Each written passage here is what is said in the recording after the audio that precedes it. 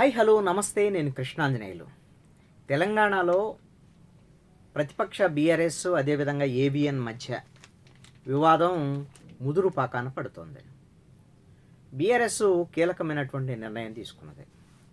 BRS అధినేత కేసీఆర్ ఆదేశాల మేరకు తెలంగాణలో బీఆర్ఎస్ పార్టీ ఏబిఎన్ ఆంధ్రజ్యోతి, ఏబిఎన్ ఛానలు, అదేవిధంగా ఆంధ్రజ్యోతి పేపర్ను తమ కార్యకలాపాలకు సంబంధించినటువంటి విషయాల్లో పిలవకూడదని బాయ్కాట్ చేస్తూ ప్రతిపక్ష పార్టీ బీఆర్ఎస్ నిర్ణయం తీసుకున్నది.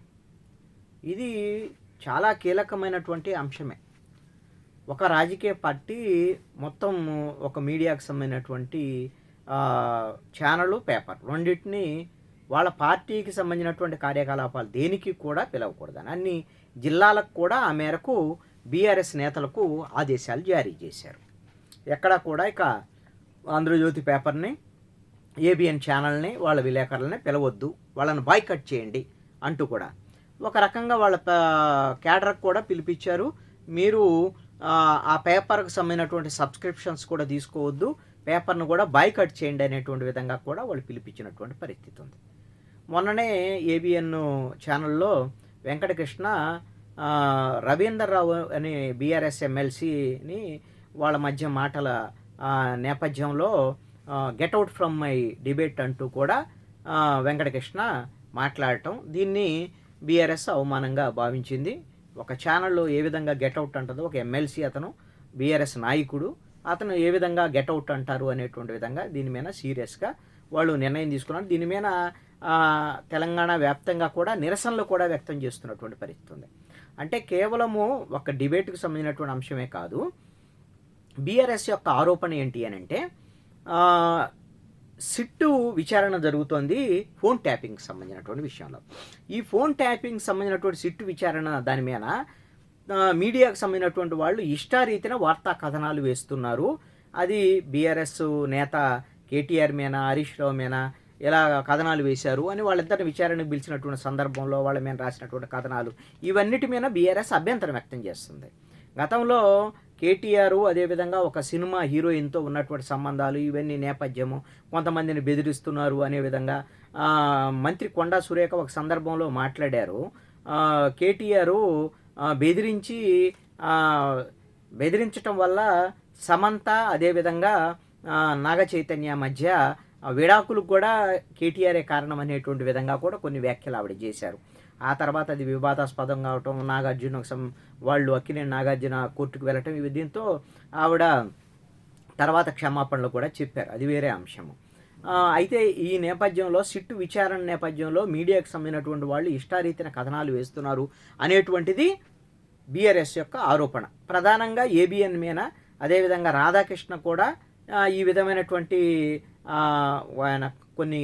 ఆయన కొత్త పలుకులో రాసినటువంటి అంశాలు, ఇవన్నీ అంశాల మీద కూడా బీఆర్ఎస్ అభ్యంతరం వ్యక్తం చేస్తున్నటువంటి పరిస్థితి.